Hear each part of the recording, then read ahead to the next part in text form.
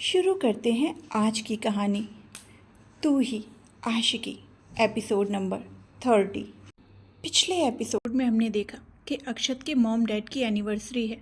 इसके लिए शिवाक्ष और अंजलि मिलकर शॉपिंग करते हैं। और इधर खुशी को पता चल चुका है कि आकाश के दिल में उसके लिए फीलिंग्स हैं। अब देखते हैं आगे।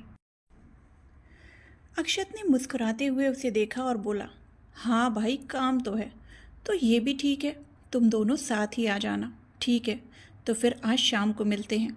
उसने कहा ही था कि इतने में उसे माही दिखाई दी। अक्षत बाय कहकर उसके पास से चला गया। शिवाक्ष बोला, तो ठीक 7 बजे तक तैयार रहना, मैं पहुंच जाऊंगा। अंजलि ने हामी भर दी और दोनों कॉलेज से बाहर निकल गए। अब आगे। अक्षत माही के पास जाकर बोला, माही, तुम आ रही हो ना? माही ने तिरछी नज़रों से उसे देखा और बोली, बुलाया है तो आ जाऊंगी। वैसे और किस किस को बुलाया है?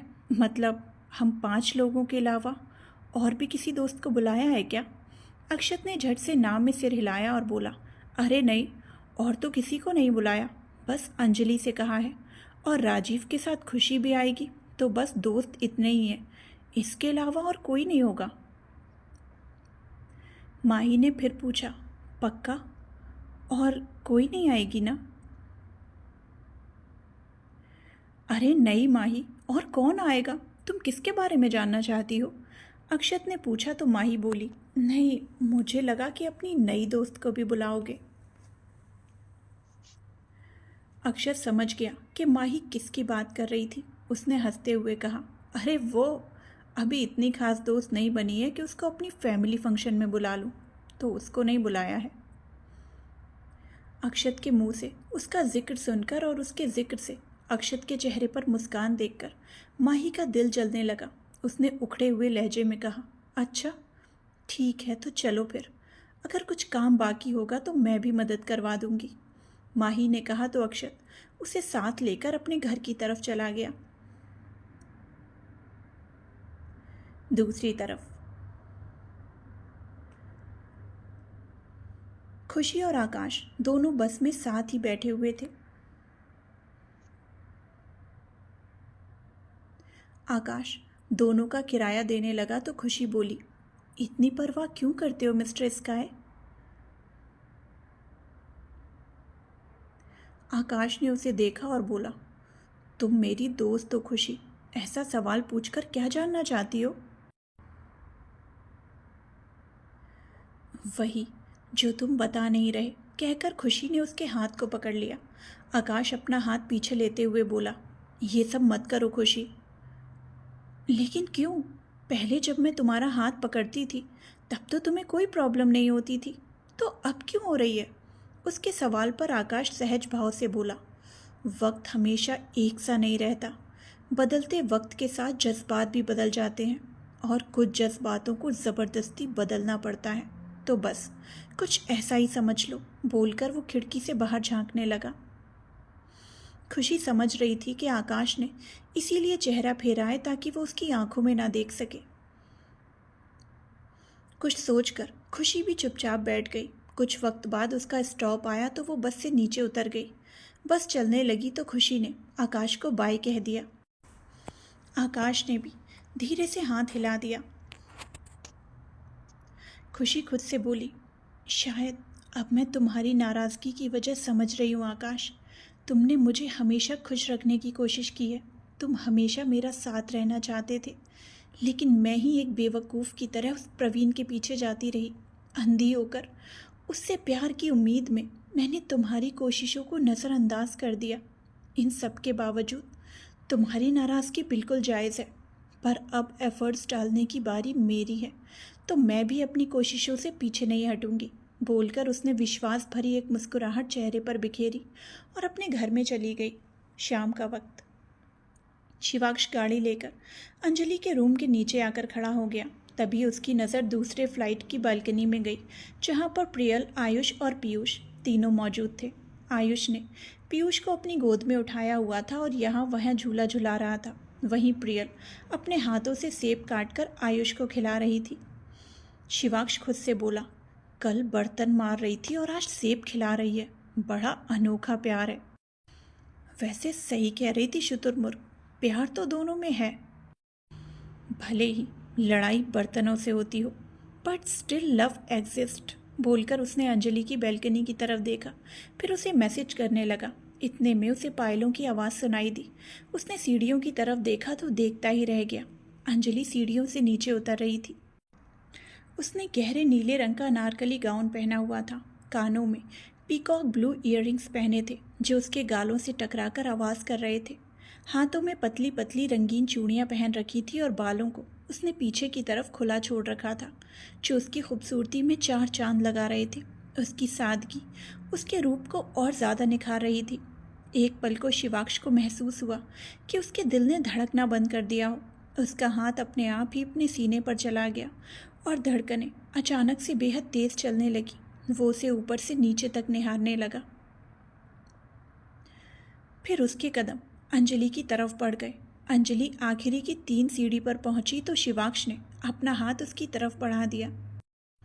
अंजलि ने उसका हाथ थामा और नीचे उतर आई। शिवाक्ष बेसुध सा उसे देखता रहा। अंजलि ने शिवाक्ष के कपड़ों को नोटिस किया तो उसने भी ब्लू कलर का सूट पहना हुआ था, जिसमें वो बहुत स्मार्ट लग रहा था। उसके लंबे लंबे सिल्की बाल उसके माथे पर लहरा रहे थे। वही उसे देखती हुई शिवाक्ष की गहरी काली आंखें अंजलि को उन्हें देखते रहने के लिए मजबूर सा कर रही थी। शिवाक्ष ने उससे नज़रें फेरी और बोला, अब देखती ही रहोगी या चलना भी है? वैसे मेरी नकल करने की तुम्हारी आदत जाएगी नहीं ना? मैंने आपकी नकल नहीं की, अंजलि ने झट से जवाब दे दिया। शिवाक्ष बोला, तो हर बार हम एक ही रंग के कपड़े क्यों पहन लेते हैं? तुम्हारा झूठ मुझ पर काम नहीं आएगा, तो मत बोलो, समझी? अंजलि समझ गई कि वो उसे परेशान कर रहा है। उसने बात को बदलते हुए कहा, शिवाक्ष, वो मुझे एक तोहफा भी लेना था। अक्षत जी ने आज ही बताया तो मैं कुछ नहीं ले पाई। अगर अभी रास्ते में कुछ ले सकते तो अच्छा होगा। शिवाक्ष ने सिर हिलाया और बोला, ओके, अगर कुछ मिलता है तो ले लेंगे, कहकर शिवाक्ष उसका हाथ पकड़े गाड़ी की तरफ बढ़ गया। फिर उसके लिए दरवाज़ा खोल दिया। अंजलि को सीट पर बैठाकर वो खुद ड्राइविंग सीट पर बैठ गया और गाड़ी लेकर वहाँ से निकल गया। राणा हाउस। लिविंग एरिया को बहुत सुंदर सजाया गया था। थोड़े बहुत गेस्ट वहाँ पर पहुँच चुके थे। सब लोग आपस में बातें कर रहे थे। बैकग्राउंड में धीमा धीमा म्यूज़िक बज रहा था। घर में काम करने वाले सर्वेंट भी अपने अपने कामों में लगे हुए थे। वहीं अक्षत और माही ने कुछ स्नैक्स का बंदोबस्त भी कर दिया था। अक्षत ने वाइन कलर का सूट पहना था, वहीं माही ने फ्रॉक सूट पहना था, जिसे वो आते वक्त साथ में लेकर आई थी। माही को इस तरह देखकर अक्षत के चेहरे पर भी रौनक थी। तभी तीर्था जी और सुयश जी भी वहाँ पर सबके बीच आ गए। दोनों ने एक ही कलर के कपड़े पहन रखे थे और दोनों ही साथ में बहुत अच्छे लग रहे थे। अक्षत दोनों के पास गया और दोनों का हाथ पकड़कर उन्हें सबके बीच में ले आया। अब तक राजीव, मालविका और खुशी सब वहाँ पर पहुँच चुके थे, बस श्वेता नहीं आई थी। माही बोली, आज की खूबसूरत शाम की शुरुआत हमारे ब्यूटीफुल कपल के डांस के साथ होनी चाहिए, बोलकर उसने एक प्यारा सा गाना चला दिया। तीर्था जी और सुयश जी एक दूसरे के हाथों को थामे हुए डांस करने लगे। उनको देखकर वहाँ मौजूद सब लोग धीमे धीमे झूमने लगे थे। गाना खत्म हुआ तो उन लोगों का डांस भी खत्म हो गया। दोनों वहाँ पर आए मेहमानों को अटेंड करने लगे और उनके दिए तोहफों को रखने लगे। अक्षत अपनी घड़ी देखते हुए बोला, ये शिवाक्ष और अंजलि कहाँ रह गए? 7:30 की टाइमिंग बताई थी, अब तो 8 बजने को आए हैं। इस पर माही बोली, एक बार फ़ोन करके पूछ लो अक्षत। एक बार पूछ लेता हूँ, बोलकर अक्षत फ़ोन मिलाने लगा। इतने में माही उसका कंधा थपथपाते हुए बोली, अक्षत रुको, आ गए दोनों, बोलकर उसने दरवाजे की तरफ इशारा कर दिया। अक्षत दरवाजे की तरफ देखने लगा। बाकी सब लोग भी किसी के आने की आहट सुनकर दरवाजे की तरफ देखने लगे। शिवाक्ष और अंजलि दोनों साथ में अंदर चले आ रहे थे। दोनों साथ में इतने प्यारे लग रहे थे कि वहां खड़ा हर कोई नजर भरकर उन्हें देखे ही जा रहा था। चलते चलते अंजलि का गाउन उसके पैरों में उलझने लगा तो शिवाक्ष ने उसके गाउन को हल्का सा उठाकर उसे सहारा दे दिया। तीर्था जी सुयश जी से बोली, ये शिवाक्ष के साथ कौन लड़की है सुयश? अक्षत की दोस्त तो नहीं लग रही और इसको आज से पहले कभी देखा भी नहीं। सुयश जी बोले, पता नहीं तीर्था, मैंने भी इसे पहली बार ही देखा है। तभी वो दोनों जाकर उनके सामने खड़े हो गए। दोनों ने तीर्था जी और सुयश जी को मुबारकबाद दी। तीर्था जी और सुयश जी अभी भी अंजलि को असमंजस में देख रहे थे। तभी अक्षत उनके पास आकर बोला, मॉम डैड, ये अंजलि है। तीर्था जी ने सुना तो उनके चेहरे पर बड़ी सी स्माइल आ गई। वो अंजलि को गले लगाते हुए बोली, ओह तो ये अंजलि है, कैसी हो बेटा? अंजलि ने सिर हिला दिया और बोली, जी मैं अच्छी हूँ, आप कैसी हैं? मैं भी अच्छी हूँ, बोलकर उन्होंने अंजलि के माथे को चूम लिया। सुयश जी ने भी प्यार से उसके सिर पर हाथ फेर दिया। पहली बार मिल रहे लोगों से इतना अपनापन पाकर अंजलि को थोड़ी हैरानी हुई, लेकिन वो खुश थी। उसे उम्मीद नहीं थी कि अक्षत की फैमिली उसके साथ इतना अपनों की तरह व्यवहार करेगी। उसने दोनों के पैर छूकर आशीर्वाद लिया। शिवाक्ष ने भी दोनों के पैर छू लिए। सुयश जी ने शिवाक्ष का कंधा थपथपा दिया और बोले, इतनी देर लगा दी शिवाक्ष, कहाँ रह गए थे? शिवाक्ष ने अंजलि को देखा और बोला, बाद वो कुछ काम याद आ गया था तो वही करने का सोचा था, पर चाहकर भी वो काम नहीं बना और इसके चलते थोड़ी देरी हो गई। तभी खुशी बोली, थोड़ी नहीं शिव भाई, काफ़ी देर हो गई, आपने अंकल आंटी का डांस मिस कर दिया। शिवाक्ष मुस्कुराया और बोला, अरे तो क्या हुआ, दोनों हमारे साथ ही तो हैं, डांस तो अभी भी हो जाएगा। कहकर उसने अपने साथ लाया तोहफा उनकी तरफ बढ़ाया और बोला, ये एक छोटा सा तोहफा हम दोनों की तरफ से। उसकी बात सुनकर अंजलि शिवांश को हैरानी से देखने लगी। आते वक्त उसने कुछ तोहफा लेने का सोचा था, लेकिन रास्ते में कोई भी दुकान खुली हुई नहीं थी, जिस वजह से वो कुछ भी नहीं ले पाई। और अभी शिवांश अपनी और उसकी दोनों की तरफ से वो तोहफा उन्हें दे रहा था। ये देखकर अंजलि की आंखें हल्की नम हो गई। बिना तोहफे के आना उसे अच्छा नहीं लग रहा था और शर्मिंदगी महसूस हो रही थी, लेकिन शिवांश ने उसके बिना बोले उसकी प्रॉब्लम को सॉल्व कर दिया था। तीर्था जी ने तोहफा लिया और उसे खोलते हुए बोली, ये तो मैं अभी देखना चाहूँगी। शिवांश और अंजलि दोनों एक दूसरे को देखने लगे। शायद ही अभी तक कोई तोहफा उन्होंने खोल कर देखा हो, लेकिन अंजलि और शिवांश का तोहफा इकलौता ऐसा था जिसे वो अभी खोलकर देखना चाहती थी। उन्होंने तोहफे को खोलकर देखा तो उनका चेहरा खिल उठा। उन्होंने एक्साइटमेंट से कहा, अरे वाह, कितनी सुंदर मूर्ति है, मुझे ऐसा ही कुछ चाहिए था। बोलते हुए उनकी मुस्कुराहट ही बता रही थी कि उन्हें तोहफा बहुत ज़्यादा पसंद आया था। उन्होंने मूर्ति को गिफ्ट पैक में से निकाला और उसी वक्त जाकर अपने मंदिर में रख दिया। अंजलि और शिवांश दोनों मुस्कुरा दिए। फिर सबने मिलकर पहाड़ी गानों पर डांस किया और उसके बाद खाना खाया। इस पूरे वक्त में तीर्था जी की नज़रें अंजलि के ऊपर ही टिकी हुई थी। उसके बाद सब धीरे धीरे अपने अपने घर जाने लगे। अक्षत के सारे दोस्त और अंजलि भी वापस जाने लगे तो तीर्था जी ने उन्हें वहीं रुकने के लिए कहा, लेकिन फिर आने का कहकर वो सब अपने अपने घर चले गए। तीर्था जी सबको देखते हुए अपने घर के दरवाजे पर खड़ी रही। सुयश जी ने उनके कंधे पर हाथ रखा तो वो बिना पीछे देखे बोली, उससे मिलना चाहती थी और आज मिली तो लगा कि जैसे पहले से जानती हूँ। क्या आपको ऐसा नहीं लगता सुयश? मुझे भी ऐसा ही लगा तीर्था, पर जो तुम सोच रही हो ये वो नहीं हो सकती चलो अब अंदर चलते हैं, बोलकर वो उन्हें लेकर अंदर चले गए। शिवाक्ष ने अंजलि के रूम के नीचे गाड़ी रोकी तो अंजलि नीचे उतर गई। शिवाक्ष ने गाड़ी घुमाई तो अंजलि वहीं खड़ी रही, फिर बोली, वो आपने अपने खरीदे तोहफे को मेरी तरफ से भी दिया, उसके लिए शुक्रिया। मैंने कुछ झूठ नहीं कहा, असल में वो तोहफा हम दोनों की तरफ से ही था। तो मुझे आपका शुक्रिया नहीं चाहिए मिस आर्या, बेहतर होगा आप ये शुक्रिया अपनी ज़ुबान से दोबारा ना निकालें। शिवाक्ष की बात सुनकर अंजलि अब कुछ नहीं बोली।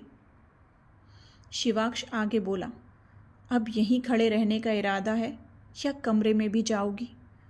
पहले आप जाइए, अंजलि ने कहा तो शिवाक्ष इनकार में बोला, नहीं, पहले तुम रूम के अंदर जाओ, उसके बाद ही मैं जाऊंगा। क्यों?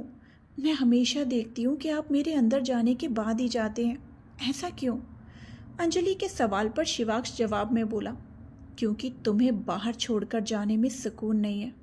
अंदर चली जाती हो तो तसल्ली हो जाती है, वरना क्या पता यहाँ खड़े खड़े कौन सी मुसीबत को बुलावा दे दो। अच्छा, तो अगर अंदर चली जाऊंगी तो मुसीबतें नहीं आएंगी क्या? अंजलि ने मासूमियत से पूछा। शिवाक्ष गाड़ी से नीचे उतर आया और अंजलि के सामने खड़ा होते हुए बोला, अजी मुसीबतों को कौन रोक सकता है, वो तो कभी भी कहीं भी आ जाती हैं, लेकिन जहाँ तक अपनी कोशिशें कर सकते हैं तो उनको करने में क्या हर्ज है। जो हम कर सकते हैं वो करना चाहिए ना? अंजलि ने उसकी आंखों में देखते हुए पूछा। लेकिन आपको ये सब करने की क्या ज़रूरत है शिवाक्ष? आप क्यों इतनी फिक्र करते हैं? रिश्ता क्या है हमारा?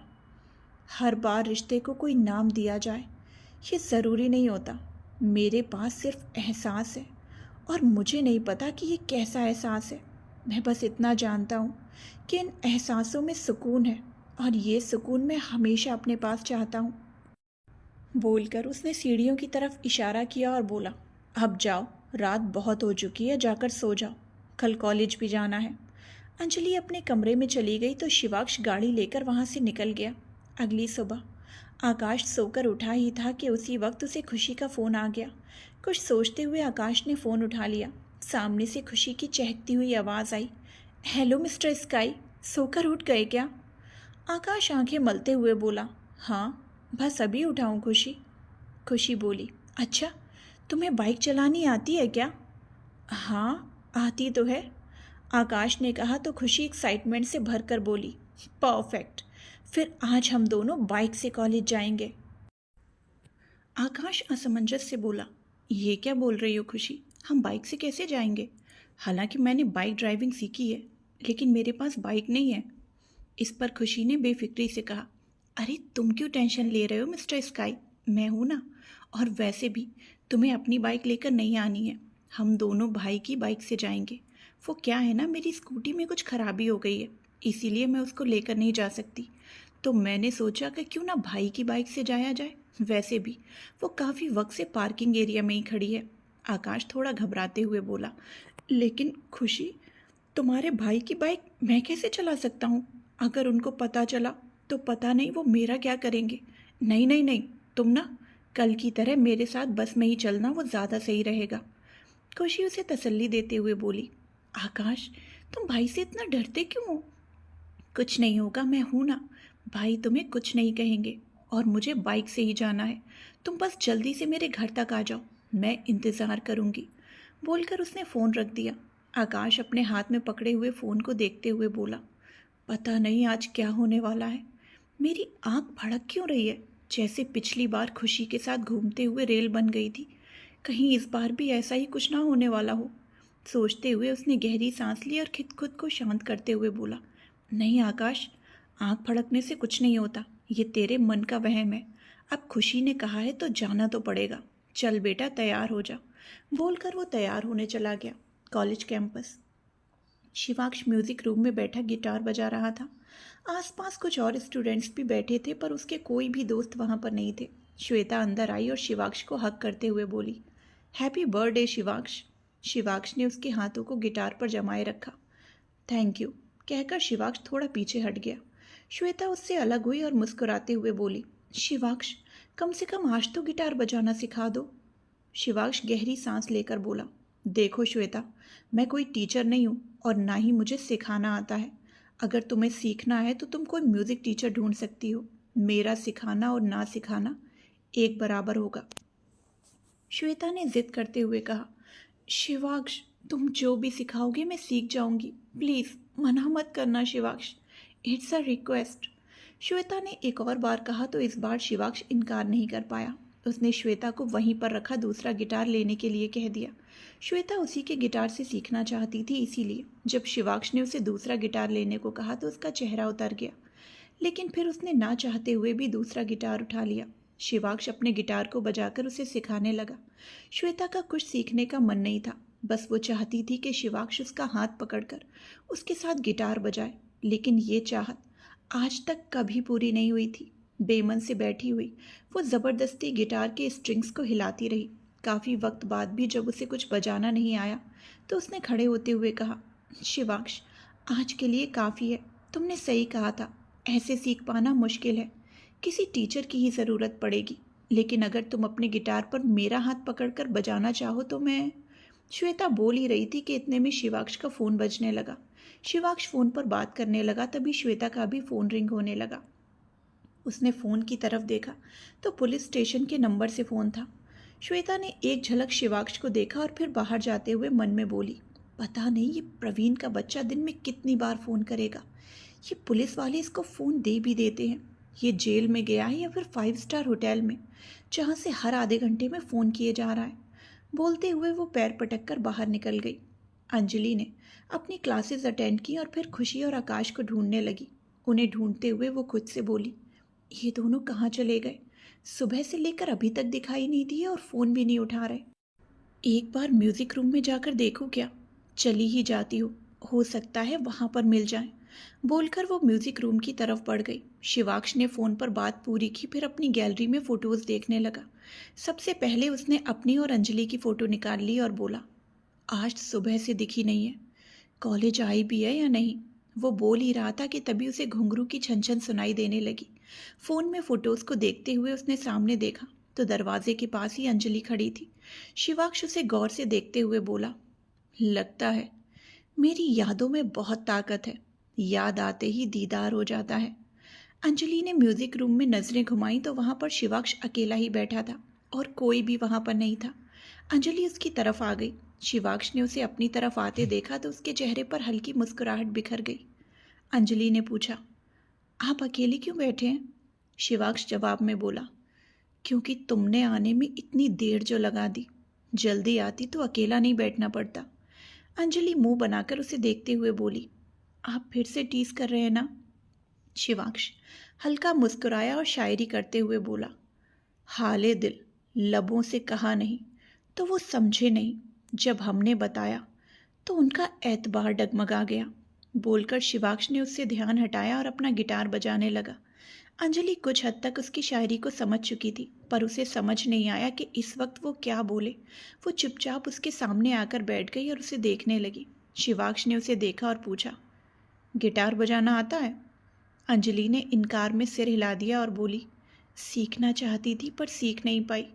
शिवाक्ष बेंच से खड़ा हुआ और अंजलि को अपने पास आने का इशारा किया। अंजलि उसके सामने आकर खड़ी हो गई।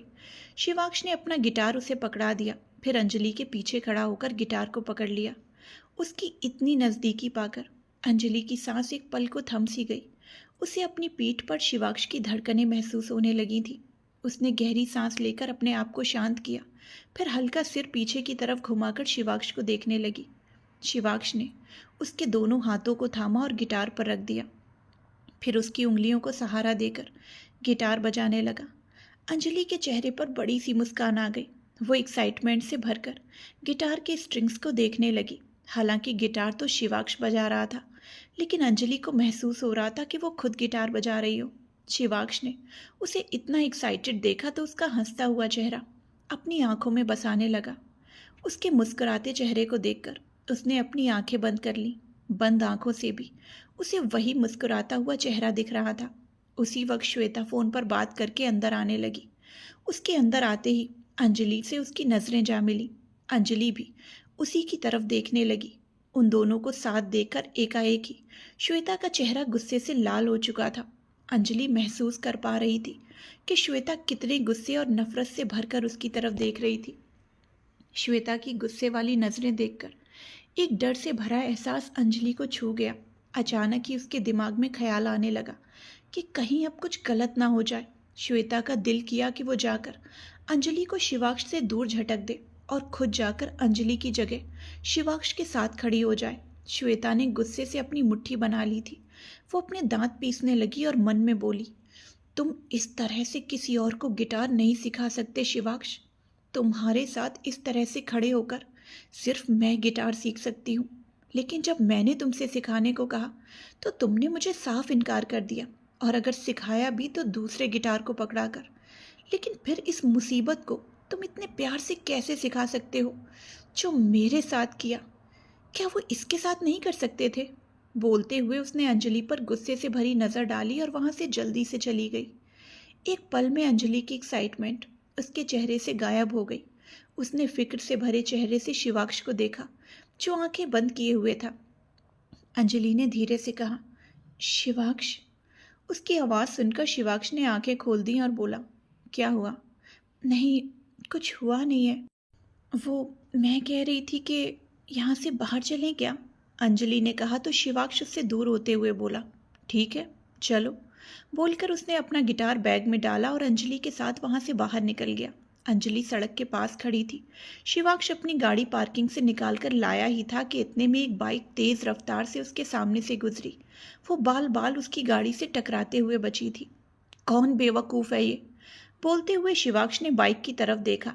आगे जाकर बाइक दाएं बाएं मुड़ते हुए सड़क पर निशान बनाने लगी। उसका बैलेंस बिगड़ चुका था। अंजलि ने भी बाइक को देखा तो बाइक पर खुशी और आकाश थे। आकाश बाइक चला रहा था और खुशी उसके पीछे कसकर उसे पकड़े हुए बैठी थी। अंजलि हैरानी से बोली, ये तो खुशी और आकाश हैं, पर ये दोनों कर क्या रहे हैं? इनको चोट लग सकती है। खुशी ने अंजलि को देख लिया था तो उसने चिल्लाते हुए कहा, अंजलि कुछ मदद करो यार, बाइक की ब्रेक फेल हो चुकी है। अंजलि ने सुना तो घबराहट से दोनों को देखने लगी। अब तक आकाश ने बाइक के बैलेंस को फिर से संभाल लिया था। अंजलि घबराई हुई सी शिवाक्ष को देखते हुए बोली, शिवाक्ष आप कुछ कर सकते हैं क्या? शिवाक्ष ने जल्दी से अपनी गाड़ी स्टार्ट की और वहां से ले जाते हुए बोला, आता हूँ। कहकर वो तेज रफ्तार से गाड़ी लेकर बाइक के पीछे निकल गया। बाइक की रफ्तार काफ़ी तेज थी तो शिवाक्ष को उससे भी तेज गाड़ी चलानी पड़ी। शिवाक्ष बाइक की बराबरी पर पहुंचा तो आकाश से बोला, आकाश पेट्रोल कितना है? आकाश ने हड़बड़ाई हुई सी आवाज़ में कहा, अभी तो इतना है कि पूरे शहर के 2 चक्कर लग सकते हैं। अब तो मेरे हाथ भी थक चुके हैं, ज़्यादा वक्त तक नहीं चला पाऊंगा। शिवाक्ष बोला, इंजन ब्रेकिंग करो आकाश। आकाश बोला, मैंने करने की कोशिश की पर नहीं हो रहा, और खुशी भी तो साथ बैठी है, तो कहीं उसे चोट ना लग जाए। शिवाक्ष बोला, एक बार फिर कोशिश करो और घबराओ मत। घबराहट में काम बिगड़ जाएगा। सेफली करो, तुम दोनों को कुछ नहीं होगा। आकाश ने सिर हिला दिया। खुशी आकाश को कसकर पकड़ते हुए बोली, हम बच तो जाएंगे ना आकाश? आकाश उसे दिलासा देते हुए बोला, फिक्र मत करो खुशी, कुछ नहीं होगा तुम्हें। मेरे सिर से हेलमेट निकालकर पहन लो। खुशी की सूरत पहले से ही रोने की बनी हुई थी। आकाश की बात सुनकर उसे लगभग रोना आ गया। इस वक्त में भी आकाश को खुद से ज़्यादा खुशी की फिक्र थी। ये देखकर खुशी अपने आंसुओं को रोक नहीं पाई। वो आकाश की पीठ में मुंह छुपाते हुए बोली, नहीं, ये तुम्हारे ही सिर पर रहेगा, मैं नहीं लगाऊंगी। खुशी इतना वक्त नहीं है हमारे पास। मैं सुबह से बाइक चलाते हुए थक चुका हूँ। अब चाहे जो भी हो, मैं इंजन ब्रेकिंग कर रहा हूँ। इस बीच में अगर कुछ गलत होता है तो चोट लग सकती है, इसीलिए तुम जल्दी से हेलमेट पहनो। आकाश ने लगभग खुशी को आदेश देते हुए कहा था। खुशी जिद करते हुए बोली, चोट तुम्हें भी तो लगेगी ना आकाश, तो सिर्फ मैं ही हेलमेट क्यों पहनूं? वैसे भी ये सब मेरी वजह से हुआ है, इसीलिए मैं हेलमेट नहीं पहन पाऊंगी। ये तुम्हारे ही सिर पर रहेगा। शिवाक्ष बोला, बातों में वक्त बर्बाद मत करो। इससे पहले कि तुम्हारा एक्सीडेंट हो जाए, बाइक रोकने की कोशिश करो आकाश। आकाश ने सिर हिलाया और बोला, हाँ शिवाक्ष भाई, मैं रोकता हूँ। बोलकर उसने खुशी के हाथ पर अपना एक हाथ रखा और बोला, मैं तुम्हें कुछ नहीं होने दूंगा खुशी, डरो मत, और इसमें तुम्हारी कोई गलती नहीं है। बोलकर आकाश एक बार फिर से इंजन ब्रेकिंग की कोशिश करने लगा। खुशी कसकर उससे लिपटी रही। कुछ वक्त बाद इंजन ब्रेकिंग करके आकाश ने बाइक की स्पीड को काफ़ी हद तक कम कर दिया था। कुछ वक्त में बाइक सड़क पर रगड़ खाने लगी। आकाश का बैलेंस डगमगाने लगा, लेकिन उसने बाइक को गिरने नहीं दिया। कुछ पलों की मेहनत के बाद आखिरकार बाइक रुक ही गई। आकाश ने बाइक को स्टैंड पर लगाया और दोनों बाइक से नीचे उतर गए। खुशी झट से उसके गले लग गई और रोते हुए बोली, आई एम सॉरी आकाश, मुझे नहीं पता था कि बाइक की ब्रेक फेल है, वरना मैं कभी तुम्हें नहीं बुलाती। आकाश अपने हाथ उसकी पीठ पर रखने ही वाला था कि तभी एक ख्याल ने उसे रोक दिया। वो धीरे से उसके बालों पर हाथ फेरते हुए बोला, मैं जानता हूँ खुशी, बेशक तुम्हें इस बारे में कुछ पता नहीं होगा, तो प्लीज़ ये अपने आप को ब्लेम करना बंद करो और रोना भी बंद करो। हम दोनों ठीक हैं। बोलकर आकाश ने उसे कंसोल करना चाहा, लेकिन खुशी ने रोना बंद नहीं किया। तभी शिवाक्ष ने भी उनके पास आकर अपनी गाड़ी रोकी और बाहर निकल आया। खुशी रोए जा रही थी और आकाश को समझ नहीं आ रहा था कि वो उसे चुप कैसे कराए। वो परेशान सा शिवाक्ष को देखने लगा। शिवाक्ष ने खुशी को देखा और बोला, खुशी, सब ठीक है, कुछ नहीं हुआ है तुम्हें, अब रोना बंद करो। शिवाक्ष ने कहा तो खुशी ने अपने आप को संभाला और रोना थोड़ा कम कर दिया। अब वो हल्की हल्की सिसकियां ले रही थी। शिवाक्ष बोला, बाइक की ब्रेक फेल कैसे हो गई? आकाश बोला, पता नहीं, पर एक बार चलाने के बाद ना इसमें ब्रेक लग रही थी और ना ही मैं स्पीड कम कर पा रहा था। ऐसा लग रहा था जैसे पहले से ही इसके ब्रेक फेल थे। शिवाक्ष ने कहा, एक बड़ा हादसा होते होते टल गया, तुम दोनों को ध्यान रखना चाहिए। अगर बाइक खराब थी तो लेकर निकले ही क्यों? और देखने से तो ये बाइक राजीव की लग रही है। उन्हीं की है, खुशी ने दबी हुई आवाज़ में कहा और आगे बोली, ये काफ़ी वक्त से पार्किंग एरिया में रखी थी और भाई इसे लेकर नहीं जाते थे। आज भाई सुबह से घर पर नहीं थे और मेरी स्कूटी भी ख़राब हो गई थी, तो मैंने सोचा कि क्यों ना भाई की बाइक लेकर जाएं, और फिर बिना बाइक चेक किए हमने बाइक चला ली और फिर ये सब हो गया। बोलकर उसने मुंह लटका लिया। शिवाक्ष बोला, शुक्र मनाओ कि बच गए तुम दोनों। चलो अब गाड़ी में बैठो, बाइक को गैरेज में ठीक करने के लिए भेज देंगे। खुशी ने सिर हिला दिया। दोनों आकर शिवाक्ष की गाड़ी में बैठ गए। शिवाक्ष ने गाड़ी कॉलेज की तरफ चला दी। अंजलि वहीं सड़क पर खड़ी शिवाक्ष की गाड़ी के वापस आने का इंतजार कर रही थी। बाइक के ब्रेक फेल होने की बात सुनकर उसे खुशी और आकाश की फिक्र हो रही थी। तभी उसे शिवाक्ष की गाड़ी वापस आती दिखाई दी। गाड़ी उसके सामने आकर रुकी तो खुशी और आकाश अंदर ही बैठे हुए थे। खुशी जल्दी से गाड़ी से नीचे उतरी और अंजलि के गले लग गई। आकाश भी गाड़ी से नीचे उतर गया। अंजलि ने फिक्र से पूछा, तुम दोनों ठीक तो हो ना? आकाश ने हाँ में सिर हिला दिया, फिर खुद से बोला, लगता है आज सुबह मेरी आंख इसीलिए फड़क रही थी। बोलकर उसने गहरी सांस ली और खुशी को देखने लगा। अंजलि खुशी को खुद से दूर करते हुए बोली, तुम सच में ठीक हो ना खुशी? खुशी ने सिर हिलाया और बोली, मैं तो ठीक हूँ अंजलि, लेकिन अभी सोचकर ही डर लग रहा है कि अगर वक्त से ब्रेक नहीं लगता तो हम दोनों का क्या होता। ये सब मेरी ही गलती है। मैंने भाई से बिना पूछे उनकी बाइक को पार्किंग से निकलवा लिया। मुझे उनसे पूछना चाहिए था। आकाश बोला, अभी ये बात ज़रूरी है कि हम दोनों ठीक हैं खुशी, और जो हरकत तुमसे अनजाने में हो गई उसके बदले अपने आप को दोष मत दो। खुशी रोनी सूरत बनाकर खड़ी रही कि तभी एक बस वहां आकर रुकी। आकाश बोला, मैं थक गया हूं, तो अब घर जा रहा हूं। इस पर खुशी ने कहा, मैं भी साथ चलती हूँ आकाश। कहकर खुशी भी अंजलि को बाय करके आकाश के साथ बस में चढ़ गई। शिवाक्ष ने राजीव को फोन लगाया तो उसने फोन नहीं उठाया। शिवाक्ष बोला, सुबह से ये लोग गायब हैं, पता नहीं क्या कर रहे होंगे। अंजलि बोली, हो सकता है किसी काम में बिजी हो, वरना आपका फोन इग्नोर नहीं करते। शिवाक्ष गहरी सांस लेते हुए बोला, शायद मैं जानता हूं कि ये सब किस काम में बिजी होंगे। खैर, तुम गाड़ी में बैठो, तुम्हें तुम्हारे रूम तक छोड़ देता हूं। इसकी ज़रूरत नहीं है शिवाक्ष, मैं चली जाऊंगी। अंजलि ने इनकार किया तो शिवाक्ष सख्त लहजे में बोला, जब तक तुम्हें डराया ना जाए तो मेरी कोई बात नहीं मानती ना। चुपचाप गाड़ी में बैठो वरना। बोलकर उसने दरवाज़ा खोल दिया। अंजलि बाजुएं बांधते हुए बोली, वरना? वरना क्या?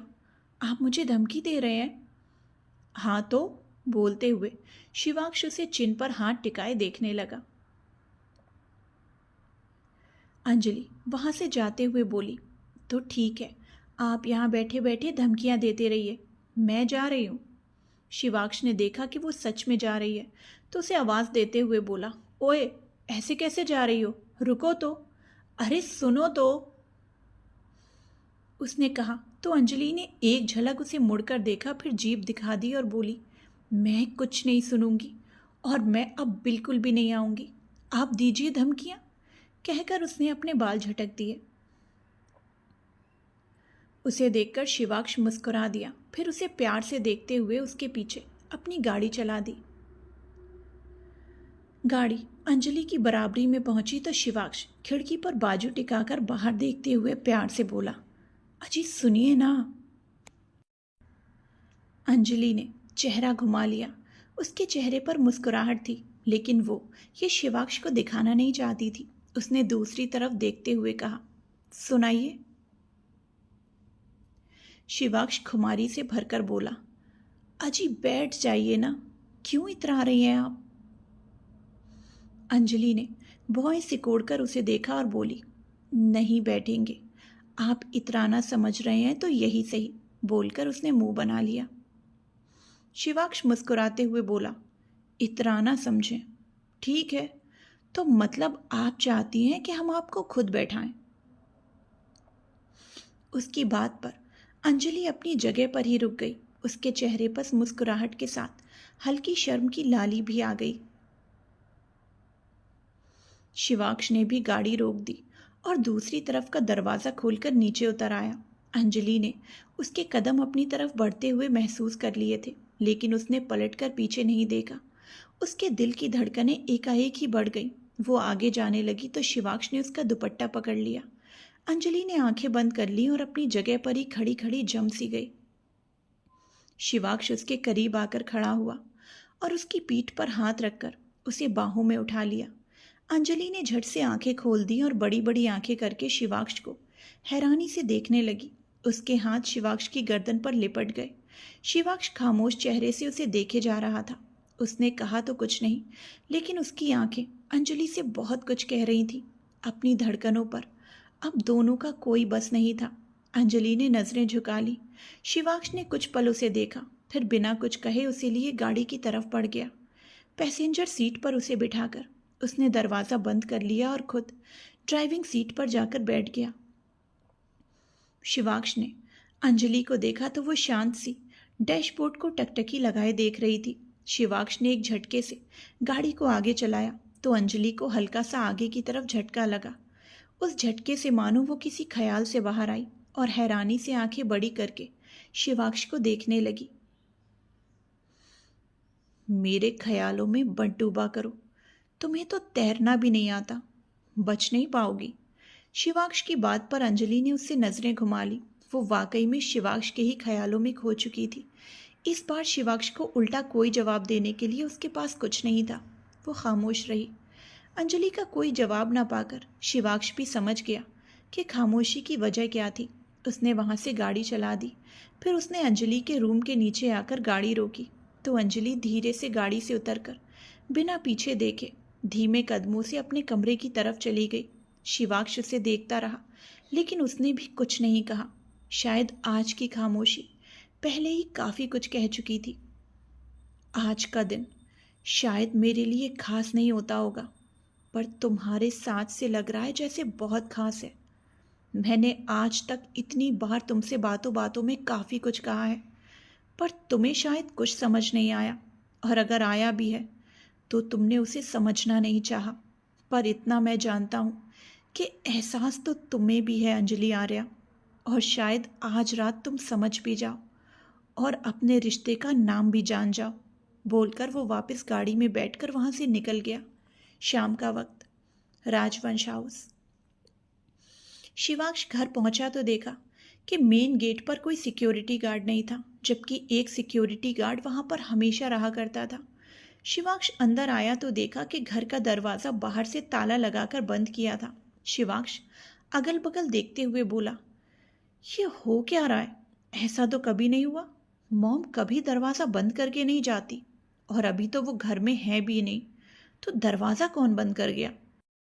बोलते हुए वो दरवाजे के बिल्कुल सामने जाकर खड़ा हो गया। तभी एक ड्रोन उड़ता हुआ आया और शिवाक्ष के पास चाबी फेंक कर चला गया। शिवाक्ष ने ड्रोन को देखा और फिर नीचे गिरी चाबी उठा ली। फिर वापस ऊपर देखते हुए बोला, अंदर कुछ तो चल रहा है, और शायद मेरा शक सही है। ये सब मेरे दोस्तों का ही काम है। बोलकर वो मुस्कुराया, और उसके साथ ही उसके चेहरे पर उदासी भरे भाव आ गए। उसने गहरी सांस ली और आगे बोला, खैर, अब अगर सरप्राइज प्लान किया ही है तो मेहनत बर्बाद तो नहीं जानी चाहिए। बोलकर उसने अपना मूड ठीक किया और न्यूट्रल एक्सप्रेशन अपने चेहरे पर ले आया। उसने दरवाज़ा खोला तो अंदर बिल्कुल अंधेरा था।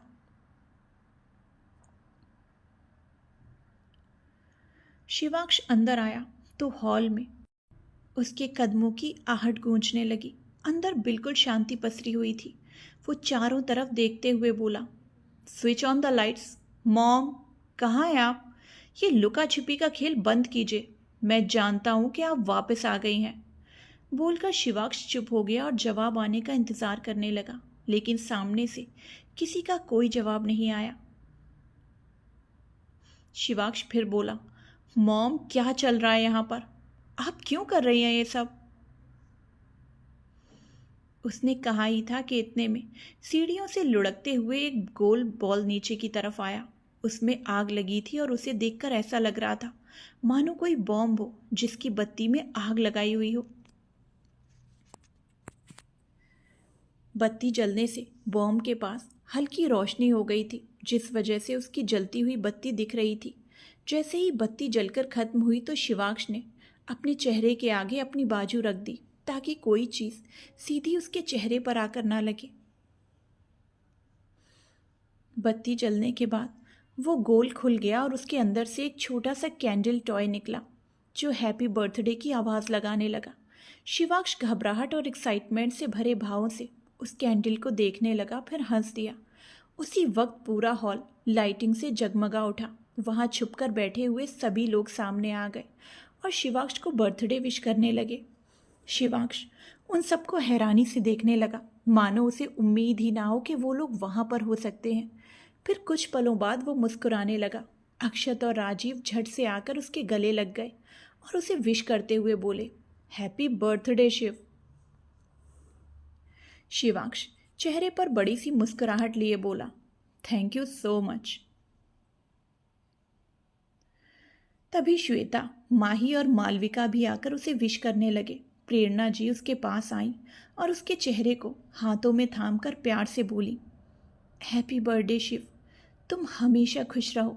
शिवाक्ष ने उनके पैरों को छूकर आशीर्वाद लिया और फिर उनके गले लगते हुए बोला, आपका आना मेरे लिए हमेशा खुशी लाता है मॉम, बस आप मेरे साथ रहा कीजिए, मैं हमेशा खुश रहूँगा। प्रेरणा जी ने प्यार से उसके गालों पर हाथ फेर दिया। शिवाक्ष ने नजरें घुमाकर देखा तो वहां पर ज़्यादा लोग नहीं थे, बस उसके दोस्त और उसकी मॉम वहां पर थी। शिवाक्ष अपने दोस्तों को देखते हुए बोला, तो इसीलिए तुम लोग सुबह से लेकर दिखाई नहीं दिए, इन्हीं सब कामों में लगे हुए थे। अक्षत बोला, हाँ, काफ़ी मेहनत लगी है और साथ में ये डर भी था कि तुझे अच्छा लगेगा भी या नहीं। शिवाक्ष चेहरे पर मुस्कुराहट लाते हुए बोला, तुमने इतनी मेहनत की है तो अच्छा कैसे नहीं लगता। बहुत अच्छा है अक्षत, तुम सबने इतना किया, उसका थैंक यू करने के लिए शायद शब्द कम पड़ जाएंगे। तभी माही बोली, हमें थैंक यू चाहिए भी नहीं, बस केक खिला दे। केक भी बहुत देर से इंतज़ार कर रहा है कि कब शिव आएगा और मुझे काटेगा, फिर मैं सबके मुंह में जाऊंगा। उसकी बात पर सम हंस दिए। शिवाक्ष ने केक कट किया और अपने हाथों से सबको खिलाया। श्वेता बहुत बेसब्री से खुद को केक खिलाए जाने का इंतज़ार कर रही थी। शिवाक्ष सबसे आखिर में उसे खिलाने ही वाला था कि इतने में दीक्षित जी सीढ़ियों से उतरकर नीचे आ गए। उन्हें देखते ही शिवाक्ष के हाथ रुक गए और उसके चेहरे से मुस्कुराहट के भाव चले गए। अब उसके चेहरे पर नफरत और उदासी थी। दीक्षित जी की नज़रें उससे मिली तो वो भी अपनी जगह पर ही रुक गए। श्वेता उसके हाथ से केक खाने का इंतज़ार कर रही थी, लेकिन अब दीक्षित जी को वहाँ देखकर वो समझ गई थी कि शिवाक्ष अब कुछ नहीं करने वाला। उसकी नज़रें शिवाक्ष के हाथ में पकड़े केक के पीस पर थीं। दीक्षित जी को देखते हुए उसने मन में कहा, इनको भी इसी वक्त आना था, थोड़ी देरी से नहीं आ सकते थे क्या। पता नहीं हर कोई मेरे ही रास्ते में रोड़े क्यों डालता रहता है। ऐसी क्या मोहब्बत है इन सब लोगों को मुझसे कि हमेशा मेरा ही काम बिगड़ता रहता है। किसी दिन मौका मिला तो इन सबको असली के बम से उड़ा दूंगी। बोलते हुए वो गुस्से से दीक्षित जी को देखने लगी। शिवाक्ष ने उन्हें देखकर फ्रस्ट्रेशन से अपना सिर हिलाया और फिर अपने हाथ में पकड़ा केक का पीस श्वेता को खिला दिया। ये देखकर श्वेता के चेहरे पर बड़ी सी स्माइल आ गई। वो शिवाक्ष को वापस खिलाने लगी, लेकिन इससे पहले ही वो उसके पास से चला गया। उसने श्वेता को केक खिला तो दिया था, लेकिन अब उसका खुद कुछ भी खाने का मन नहीं था। दीक्षित जी उसके पास आकर बोले, हैप्पी बर्थडे शिवाक्ष। शिवाक्ष ने नज़रें फेर ली और कोई जवाब नहीं दिया। प्रेरणा जी ने देखा तो बोली, जवाब दो शिव, तुम्हारे डैड तुम्हें बर्थडे विश कर रहे हैं। मैंने उनसे विशेष नहीं मांगी मॉम, वो नहीं भी करेंगे तो भी चलेगा, शिवाक्ष ने रूडली जवाब दिया। प्रेरणा जी कुछ और बोलने लगी तो दीक्षित जी ने आंखों से इशारा करके उन्हें चुप रहने के लिए कह दिया और शिवाक्ष से बोले, नहीं जवाब देना तो कोई बात नहीं शिव, तुम्हारा आज का दिन खराब नहीं करूँगा। बस इतना कहना चाहूँगा कि मैं सिर्फ तुम्हारे बर्थडे के लिए यहाँ पर आया था, इसके अलावा मुझे और कोई काम नहीं था। शिवाक्ष तंज से मुस्कुराते हुए बोला, काश आपको कोई काम होता तो मुझे दुख नहीं होता कि आप मेरे लिए क्यों आए। बोलकर वो वहाँ से जाने लगा तो प्रेरणा जी ने उसे रोकते हुए कहा, शिवाक्ष तुम्हारे दोस्तों ने इतनी मेहनत की है, इस तरह से मत जाओ। शिवाक्ष उनकी तरफ देखते हुए बोला, मैं कहीं नहीं जा रहा मॉम, बस किसी से दूर जाकर बैठना चाहता हूँ। कहकर वो सोफे पर जाकर बैठ गया। प्रेरणा जी ने अक्षत को देखा तो अक्षत ने उन्हें पलके झपकाकर उन्हें बेफिक्र होने का इशारा कर दिया और शिवाक्ष के पास चला गया। अक्षत शिवाक्ष के पास आकर बैठा और बोला, शिव ऐसे मत बैठ यार, अंकल से बात नहीं करनी तो कोई बात नहीं, वो तुझसे बात कर भी नहीं रहे, आज के दिन अपना मूड मत बिगाड़। शिवाक्ष ने नम आंखों से अक्षत को देखा और बोला, मुझे तकलीफ उनके यहाँ आने से नहीं हो रही अक्षत, उनका घर है, आ सकते हैं वो। बुरा इस बात का लग रहा है कि जो इंसान मेरे किसी बर्थडे में मेरे साथ नहीं रहा वो इस बार क्यों आए हैं और यहाँ आकर मुझे जता भी रहे हैं कि वो मेरे लिए आए हैं। तू जानता है कि मैं अपना जन्मदिन कोई ख़ास तरीके से नहीं मनाता हूँ और ना ही अब इन सब का शौक़ रह गया है, क्योंकि जब था तो उस वक्त जिसके पास होने की उम्मीद थी वो पास नहीं होते थे और अब मेरी ज़िंदगी का वो टाइम जा चुका है जो कभी वापस नहीं आने वाला। अक्षत ने उसके कंधे पर हाथ रखा और बोला, शिव मैं समझता हूँ कि तू क्या महसूस करता है, लेकिन एक बात ज़रूर कहना चाहूँगा। भले ही बचपन बीत गया हो, लेकिन अभी पूरी ज़िंदगी बाकी है। ये छोटी छोटी चीज़ें ज़िंदगी के सफ़र को और प्यारा बनाती हैं। इनको ऐसे बर्बाद नहीं करना चाहिए। जितनी खुशियाँ समेट सको समेट लेना चाहिए। कहकर अक्षत ने शिवाक्ष को गले से लगा लिया। शिवाक्ष ने आंखें बंद की और बोला, तुम लोग हो तो खुशियाँ हैं। Thanks for coming in my life Akshu. Akshat मुस्कुराते हुए बोला, यू टू मुन्ना। दोनों हंस दिए। अक्षत ने शिवाक्ष का हाथ पकड़ा और उसे सबके पास ले जाते हुए बोला, चल ना, अभी तो कार्यक्रम शुरू हुआ है, अभी तो बहुत कुछ बाकी है। अरे डांस के बिना पार्टी अधूरी है मेरे भाई। शिवाक्ष उसके साथ चला गया। अक्षत ने सबको इकट्ठा किया और फिर सब एक साथ डांस करने लगे। कुछ वक्त बाद सबने खाना खाया। सब लोग अपने अपने घर जाने लगे तो शिवाक्ष उन्हें बाहर छोड़ने आया। फिर उनके जाने के बाद खुद भी कहीं निकल गया। प्रेरणा जी और दीक्षित जी उसके अंदर आने का इंतज़ार कर ही रहे थे कि इतने में प्रेरणा जी के फ़ोन पर उसका मैसेज आया कि वो किसी ज़रूरी काम से गया है तो उसका इंतज़ार ना किया जाए। प्रेरणा जी उदासी से दीक्षित जी को देखने लगी। दीक्षित जी ने गहरी सांस लेते हुए कहा, आज मैं घर आया हूँ तो उसका घर में रहने का कोई इरादा नहीं है। चलो सो जाते हैं प्रेरणा, इंतज़ार का कोई फ़ायदा नहीं है। उन्होंने कहा तो दोनों सोने चले गए। शिवाक्ष ने अंजलि के रूम के नीचे आकर गाड़ी रोक दी और वक्त देखते हुए बोला, 10 बज चुके हैं, अब तक जाग रही होगी क्या? बोलते हुए उसने बैल्कनी में झांका तो कमरे से हल्की सी रोशनी बाहर आ रही थी। शिवाक्ष ने अंजलि को कॉल लगा दिया। अंजलि अपनी किताबें लेकर पढ़ने बैठी ही थी कि इतने में उसका फ़ोन बज उठा। अब उसने शिवाक्ष का नाम सेव कर लिया था तो स्क्रीन पर शिवाक्ष लिखा हुआ आ रहा था। अंजलि ने फ़ोन उठा लिया और कान से लगा लिया। शिवाक्ष वक्त किसी और बात में गवाते हुए बोला, नीचे आओ। लेकिन क्यों? 1 मिनट, आप नीचे खड़े हैं क्या? अंजलि ने पूछा तो शिवाक्ष ने हामी भर दी। अंजलि जल्दी से आकर बैल्कनी में खड़ी हो गई। शिवाक्ष की गाड़ी वाकई में नीचे ही खड़ी थी। अंजलि ने फ़ोन पर पूछा, लेकिन आप यहाँ पर क्या कर रहे हैं? शिवाक्ष खिड़की से सिर बाहर निकालकर उसे देखते हुए बोला, बताऊंगा, पर पहले नीचे तो आओ।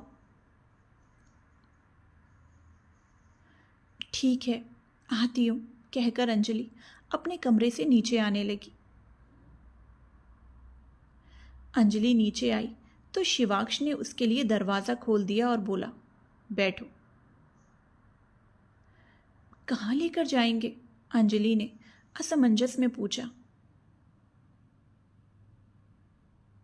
शिवाक्ष ने कहा, अरे बैठो तो सही, पता चल जाएगा। अंजलि पैसेंजर सीट पर आकर बैठ गई। शिवाक्ष गाड़ी लेकर वहां से निकल गया। कुछ वक्त बाद उसने एक जगह पर गाड़ी रोकी और गाड़ी से नीचे उतर गया। अंजलि ने बाहर झांक कर देखा तो चारों तरफ अंधेरा था। शिवाक्ष ने उसकी तरफ का दरवाज़ा खोला तो अंजलि भी नीचे उतर गई। शिवाक्ष उसका हाथ थामे आगे की तरफ चल दिया। अंजलि आसपास देखते हुए बिना कुछ कहे उसके पीछे चल दी। कुछ आगे जाकर शिवाक्ष रुक गया और अंजलि ने पूछा, आप इस अंधेरी जगह पर क्यों लेकर आए हैं शिवाक्ष? शिवाक्ष उसकी तरफ पलटा और बोला, तुम्हें क्या लगता है क्यों लेकर आया हूँगा? अंजलि ने तपाक से कहा, मुझे पता होता तो मैं आपसे क्यों पूछती भला?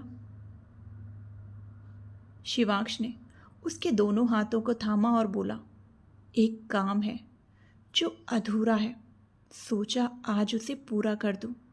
बोलकर उसने पास में ही लगे पेड़ पर हाथ रखा और वहीं पर लटका एक स्विच दबा दिया। स्विच के दबाते ही चारों तरफ रोशनी फैल गई। अचानक से इतनी रोशनी आ जाने से अंजलि सरप्राइज होकर आसपास देखने लगी। जिस पेड़ के नीचे वो खड़े थे उस पेड़ के ऊपर कलरफुल लाइट्स लगाई गई थी और वहाँ से आगे रास्ते पर भी लाइट्स लगी थी। वहीं रास्ता खत्म होने पर सामने रंगीन दुपट्टों से एक प्यारा सा टेंट बनाया हुआ था जो चारों तरफ से खुला था। शिवाक्ष ने अंजलि का हाथ थामकर उसे आगे चलने का इशारा किया तो अंजलि भी उसके साथ टेंट की तरफ चल दी। आखिर क्यों शिवाक्ष अपने डैड से इतना नाराज रहता है? क्या कभी ये नाराजगी खत्म हो पाएगी? आज इस सरप्राइज के साथ ही शिवाक्ष करने वाला है अंजलि से अपने प्यार का इजहार। क्या जवाब होगा अंजलि का? जानने के लिए देखते रहिए मेरी आशिकी तुमसे ही। और गाइस, हमेशा मेरा इतना साथ और प्यार देने के लिए आप सबका बहुत बहुत धन्यवाद।